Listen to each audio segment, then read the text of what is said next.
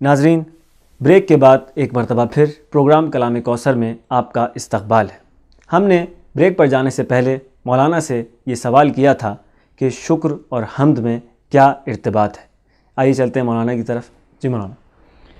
دیکھیے، دونوں چیزوں کو اس خطبے میں ذکر کیا گیا، جیسا کہ اشارہ کیا تھا کہ بی بی فرماتی ہیں الحمدللہ علی ما انعم، تمام حمد مخصوص ہیں پروردگار کی ان نعمتوں سے کہ جو اس نے ہمیں عطا کی ہیں۔ وَلَهُ الشُّكْرُ عَلَى مَا أَلْحَمَ، اور اس کا شکر ادا کرتے ہیں اس الہام کے اوپر کہ جو اس نے ہمارے اوپر بھیجا ہے۔ ظاہراً علماء کا کہنا ہے کہ اس الہام سے مراد بی بی کی سورہ مبارک شمس کی آیت نمبر 8 ہے، جس میں پروردگار بہت سی قسمیں کھانے کے بعد کہتا ہے فَأَلْهَمَهَا فُجُورَهَا وَتَقْوَاهَا، کہ اگر پروردگار یہ الہام انسان کے اوپر نہ کرتا تو وہ یہ نہ سمجھ پاتا کہ اچھائی کیا ہے اور برائی کیا ہے، تو اس کے اوپر پروردگار کا شکر ہے۔ پھر بی بی فرماتی ہے وَالثَّنَاءُ بِمَا قَدَّمَ، اور تمام شکر اور پروردگار کی تعریف ہے ان تمام نعمتوں کے لیے جو پروردگار نے اب تک کے ہمیں دی ہیں۔ حمد اور شکر کے بارے میں جب علماء آپس میں گفتگو کرتے ہیں تو دو چار باتیں اہم ہیں جس کو سمجھنا ہے۔ دیکھیے، معمولاً ہم مقام شکر میں حمد کرتے ہیں۔ اگر ہمیں کوئی نعمت ملتی ہے تو ہم کیا کہتے ہیں؟ الحمدللہ، الحمدللہ، شکر ہو، پھر شکر بھی کرتے ہیں۔ تو ہمیں لگتا ہے کہ حمد و شکر ایک چیز ہے، جبکہ ایسا نہیں ہے۔ حمد کسی صفت کے اوپر کیا جاتا ہے، یعنی جب ہم حمد یعنی تعریف کرنا۔ اگر آپ ترجمہ کریں گے اردو میں تو اگر آپ کسی کی تعریف کرنا چاہیں، اور تعریف ہر چیز پر نہیں بلکہ ایسی صفت کے اوپر کہ جو صفت اختیاری ہو، اختیار کے ساتھ ہو، کہ اگر ہو تو ہو چاہے نہ ہو۔ یہ کچھ صفات ایسی ہوتی ہیں، مثال کے طور پر آپ کے سامنے گلاس میں پانی رکھا ہوا ہے، بہت ہی گوارا، بہت ہی مناسب پانی ہے، گرمی ہے، ٹھنڈا پانی ہے، تو آپ جب پئیں گے تو آپ اس کی تعریف کریں گے، لیکن یہاں پر عرب اس کو حمد نہیں کہتا، کیونکہ اس کے اندر جو صفت پائی جا رہی ہے اس کے اختیار میں نہیں ہے۔ یعنی بھی اشارہ کرنا چاہ رہی ہیں اس بات کی طرف کہ پروردگار، یہ جو تو ہمیں نعمتیں دے رہا ہے تو اپنے اختیار سے دے رہا ہے، اس لیے نہیں دے رہا ہے کہ ہم اس کے مستحق ہیں۔ سبحان اللہ۔ استحقاق کے اعتبار سے اگر پروردگار دینے چلے گا تو پتہ نہیں معاملہ کیا ہو جائے، لیکن جب پروردگار اپنی صفت کے اعتبار سے دے گا تو اس کے اندر معاملہ کچھ اور ہوتا ہے۔ بالکل۔ شکر کہاں پر ہوتا ہے؟ شکر یعنی وہی جو ہم اردو میں بھی بولتے ہیں شکریہ ادا کرنا۔ شکر کے مد مقابل کفر آتا ہے، کفران کرنا۔ یعنی اگر اب پروردگار نے ایک نعمت دے دی ہمیں تو ہمارے پاس دو آپشن ہوتے ہیں کہ ہم اس نعمت کا آ کے شکر ادا کریں یا اس نعمت کا آ کے کفران کریں۔ البتہ ہم شاید اپنی زندگی میں نہیں سمجھ پاتے ہیں کہ کس طرح سے ہمیں کس چیز کا شکر ادا کرنا ہے۔ جو بھی پروردگار نے ہمیں نعمت دی ہے، جہاں عقل اور شرع یعنی عقل اور پروردگار دونوں اجازت دیتے کہ یہاں تم اس کو صرف کرو، اگر ہم نے اس کو وہیں صرف کیا، یہ کہا جاتا ہے کہ آپ نے اس کا شکر ادا کیا۔ دو تین بہت ہی عام مثالیں لے لیں، جیسے آنکھ پروردگار کی ایک نعمت ہے۔ وَلَهُ الشُّكْرُ عَلَى مَا أَلْحَمَ وَالثَّنَاءُ بِمَا قَدَّمَ، اور ثنا اور تعریف کی جا رہی ہے پروردگار کی وہ چیزیں جو اس نے ہمیں عطا کی۔ اب یہیں پر اگر ہم دیکھیں، پروردگار نے ایک چیز جو ہمیں عطا کی ہے وہ کیا ہے؟ آنکھ۔ اب اگر آنکھ کا ہم شکر ادا کرنا چاہ رہے ہیں تو اس کا شکر یہ نہیں ہے کہ ہم آ کے کہیں پروردگار تو نے ہمیں نعمت دیکھنے کی نعمت دی، ہم تیرا شکر ادا کریں، یہ الفاظ کے ذریعے ہے۔ لیکن اگر حق شکر ادا کرنا ہے، کہ البتہ کہ نہیں ہو سکتا لیکن ایک حد تک اور بہتر اگر شکر ادا کرنا ہے تو ہم اس آنکھ کو وہاں استعمال اور یوز کریں جہاں پروردگار نے اجازت دی ہے۔ سبحان یہ ہو، اس کا کیا ہو جائے گا؟ شکر ہو جائے گا۔ تو لہٰذا حمد اپنے مقام کے اوپر ہوتا ہے، صفات کے اوپر ہوتا ہے۔ شکر جب نعمت دے دی جاتی ہے، کوئی کام ہو جاتا ہے، اس کے نتیجے میں ہوتا ہے۔ ثنا کا معنی بھی تقریباً وہی حمد کا معنی ہے۔ اس کے بعد بی بی آ کے اشارہ کرتی ہیں کہ پروردگار نے جو ہمیں نعمتیں دی ہیں وہ عام ہیں. ایسا نہیں ہے کہ مثال کے طور پر کسی کو ایک نعمت دی ہو اور وہی نعمت بالکل ہی اس سے آ کے روکی ہو. دیکھیے یہاں پہ ایک مسئلہ ہمیں سمجھنا ہے، یعنی اس خطبے کی طرف سے من عموم نعم ابتداہا، پروردگار نے جو عام نعمتیں ہمیں عطا کی ہیں اس کے اوپر جو شکر ادا کیا جا رہا ہے، اس کو سمجھنے کے لیے ایک مسئلے کو ہم آ کے اس میں ربط دینا چاہیں گے.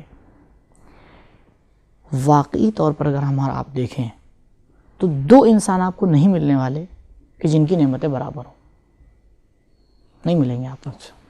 بھائی ایک کو کچھ دیا جاتا ہے، ایک کو کچھ، کم سے کم اتنا تو ہوتا ہے کہ جس ٹائم میں وہ پیدا ہوا ہے اس ٹائم وہ دوسرا پیدا نہیں ہوتا، تھوڑا آگے پیچھے ہوتا ہے.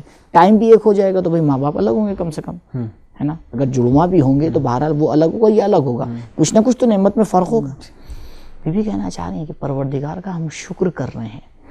ایک ایک ذات کو جب آپ دیکھیں تو جتنی بھی نعمتوں نے اس کو اپنے احاطے میں آ کے لے رکھا ہے، سب کو نظر میں رکھ کے من عموم نعم ابتداہا، یہ تمام وہ نعمتیں کہ جس کی پروردگار نے ابتدا کی ہے، وَالسُّبُوغِ آلَائِن، اعلیٰ جمع ہے اعلیٰ کی، اعلیٰ یعنی نعمت، اسداہا، کہ ان نعمتوں نے ہم کو آ کے کیا کر رکھا ہے، گھیر کے رکھا ہے.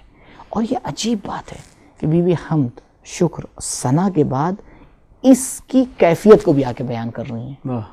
یہ نہ سمجھ لینا تم اپنی زندگی میں، کیونکہ ہم لوگ کا جو کانسیپٹ ہوتا ہے وہی ہوتا ہے کہ اگر ہمیں پسند آ گیا تو ہم آگے کیا کہتے ہیں، پروردگار تیرا شکر، بہت اچھا ہوا. اور اگر کچھ ایسا واقعہ ہوگا کہ جو ہمارے مزاج کے مخالف ہے، ہاں اب شکوے شروع ہو جاتے ہیں. بی بی کہہ رہی ہیں نہیں، نعمت عام ہوتی ہے. جہاں تم شکوہ کر رہے ہو، تم اگر اس کو صحیح اینگل سے دیکھو وہ بھی تمہارے لیے نعمت ہے. تمہاری کم علمی ہے کہ تم نہیں سمجھ پا رہے، تمہاری کم علمی تم اس کو نہیں سمجھ پا رہے ہو.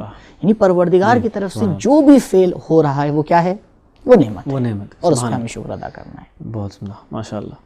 اچھا مولانا، توحید کو اگر دین اسلام کا اہم ترین موضوع شمار کیا جائے تو شاید غلط نہیں ہوگا. بے شک. جہاں تک کہا گیا کہ نبوت اور ولایت بھی توحید ہی کا تسلسل ہے. جی. تو جناب سیدہ سلام اللہ علیہ اس خطبے میں اس عقیدہ توحید کا اظہار کیسے فرما رہی ہیں؟ دیکھیے جب حمد اور ثناء پروردگار ہو چکی، اب بی بی اپنے اصل کلام کی طرف آتی ہیں اور اس کی شروعات کرتی ہیں کلمہ توحید سے. وَأَشْهَدُ اللَّهَ إِلَٰهَ إِلَّا اللَّهُ وَحْدَهُ لَا شَرِيكَ لَهُ. غور یہاں پہ اس بات کے اوپر کرنا ہے کہ صرف بی بی نے آ کے کلمہ شہادتین کو نہیں بیان کیا ہے، بلکہ کلمہ شہادتین کو بیان کرنے کے بعد اس کی تشریح بھی کی ہے. اگر پچھلے ایپیسوڈ میں جو بات بیان کی گئی تھی وہ ہمارے ناظرین کے سامنے ہو تو ان کو یاد ہوگا، ہم نے کہا تھا کہ جو ہمارے سامنے لوگ ہیں وہ سب کے سب بہت پرانے اور پکے مسلمان نہیں ہیں. جی.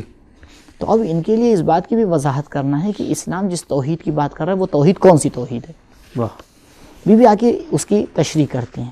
کلمتن، یعنی یہ ایک ایسا کلمہ ہے، کلمہ یعنی جملہ یہاں پر مراد ہے، یعنی اشہد اللہ الہ الا اللہ ایک ایسا جملہ ہے کہ جعل الاخلاص تعویلہ، تعویل یعنی وہ ستون، وہ پایا کہ جس کے اوپر کسی چیز کو رکھا جائے، کہ پروردگار نے اس کلمے کی یعنی اس جملے کی پوری حقیقت کو اخلاص کے اوپر رکھا ہے. یعنی اے مسلمان، اگر اس کلمے کو تم اپنی زبان سے ادا کر رہے ہو تو اس کی حیثیت اور اس کا مقام اتنا ہی ہوگا جتنا تم خلوص سے آ کے اس کو بیان کرو گے. خلوص کس بات کو کہا جاتا ہے؟ دیکھیے جب سونے کو ہمیں پرکھنا ہوتا ہے اور اس کو خالص بنانا ہوتا ہے، کہتے ہیں بھیا یہ خالص سونا ہے، کیا کیا جاتا ہے؟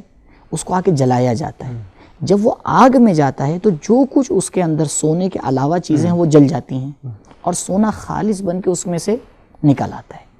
یعنی اگر تمہیں کلمہ توحید کو صحیح سے بیان کرنا ہے تو پہلے تمہیں اپنی نیت کو، اپنے دل کو، اپنی سوچ کو خالص بنانا پڑے گا. جب یہ خالص ہوگی اور اس مرتبہ اب جب زبان سے تم کہو گے اشہد اللہ الہ الا اللہ تو یہ کلمہ توحید کہلائے گا. کہیں ایسا نہ ہو کہ تم زبان سے جو بول رہے ہو وہ کچھ ہو لیکن تم نے اپنے دل میں بت بنا رکھے ہوں اور اس کی تم عبادت کر رہے ہو. سورہ مبارک یوسف آیت نمبر 105، 6، 7 یہ 2-3 آیتیں واقعاً انسان کی سوچ کو جھنجھوڑنے والی ہیں. بعض اوقات جب ان آیات کو بیان کرتے ہیں تو ہمارے ناظرین پوچھتے ہیں کیا واقعاً قرآن میں یہ چیز ہے؟ تعجب کرتے ہیں. جی. آیت نمبر 107 سورہ مبارک یوسف. اے نبی، یہ آپ کے سامنے جو اکثر مومن ہیں، یہ جو مومن ہیں آپ کے سامنے، اس میں اکثر مشرک ہیں. اللہ اکبر. دیکھیں میں نے اس لیے ایڈریس پہلے دیا ہے، یہ میرا جملہ نہیں ہے، قرآن کہہ رہا ہے. یہ جو مومن ہیں یہ ان میں سے یہ جو مومن ہیں یہ مشرک. یعنی کیا؟ یعنی یہ مومن جو کلمہ اخلاص کو اپنی زبان سے پیش کر رہا ہے، خلوص کے ساتھ پیش نہیں کر رہا ہے. اسی لیے بی بی کیا فرما رہی ہیں؟ کلمۃ جعلھا جعل الاخلاص تعویلھا، کہ یہ کلمہ توحید جو تم اپنی زبان کے اوپر جاری کر رہے ہو، اگر تم کسی کی محبت میں جاری کر رہے ہو، اگر تم اس لیے جاری کر رہے ہو کیونکہ تمہارے قبیلے کا سردار ایمان لے آیا ہو تو تم ایمان لے آئے ہو، تو پھر یہ اخلاص کے ساتھ نہیں بیان ہو رہا ہے. ہمیں واقعاً اپنی زندگی میں غور کرنا چاہیے کہ اگر ہم کلمہ توحید کو آگے بیان کرتے، بارہا نماز میں آ کے کہتے ہیں، اذان میں کہتے ہیں، اقامت میں کہتے ہیں، بارہا اپنی زندگی میں اس کو آگے تکرار کرتے ہیں، کیا اس کے پیچھے وہ خلوص اور اخلاص پایا جا رہا ہے کہ جس کے دل سے یہ کلمہ آ کے بیان ہو رہا ہے؟ اگر وہ خلوص ہے اور اخلاص ہے تو ہم موحد کہلائیں گے، اور اگر نہیں ہے تو خدا نخواستہ کہیں سورہ یوسف کی وہ آیت ہمارے لیے شامل حال نہ ہو جائے کہ مومن تو ہیں ظاہر میں، ایمان تو لے کے آئے ہیں، لیکن دل میں کہیں نہ کہیں غیر خدا کو بسا رکھا ہے. کہیں نہ کہیں ہم نے کبھی، آپ دیکھیے بہت آسانی سے ہم لوگ آ کے شرک میں پھنس جاتے ہیں. ڈاکٹر کے سامنے آپ گئے، اس نے کہا بھائی آپ کو فلاں بیماری، آپ کا آپریشن ہوگا. ٹھیک ہے، آپ نے پیسہ دیا، خرچہ کیا، آپریشن ہو گیا. آپریشن کے بعد آپ کو پتہ چلا الحمدللہ آپ کی صحت ٹھیک. آپ کیا پلٹ کے کہیں گے؟ ڈاکٹر صاحب اگر آپ نہ ہوتے. دیکھیے یہ جملہ کتنا مشرکانہ ہے. باللہ، بالکل ظاہری نعمت پہ ظاہر میں کھو جاتے ہیں. آپ یہ کہیے کہ آپ کو پروردگار نے وسیلہ بنایا، آپ نے آپ کو پروردگار نے اتنی توفیق دی کہ آپ میرا علاج کریں. نہیں تو شافی اور علاج کرنے والا وہ ہے.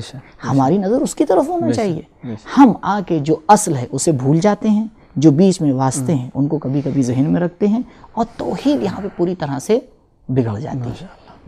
مولانا پروگرام کا وقت اپنے اختتام کو پہنچا. بہت شکر گزار ہیں آپ کے کہ آپ نے واقعاً علمی گفتگو فرمائی اور ہم نے استفادہ کیا. ناظرین، پروگرام کا وقت اپنے اختتام کو پہنچا. ہم نے بھی استفادہ کیا اور امید ہے کہ آپ بھی مستفید ہوئے ہوں گے. انشاءاللہ حاضر خدمت ہوں گے ایک نئے ایپیسوڈ کے ساتھ. پروگرام کلام کوثر میں ہمارے ساتھ رہیے گا.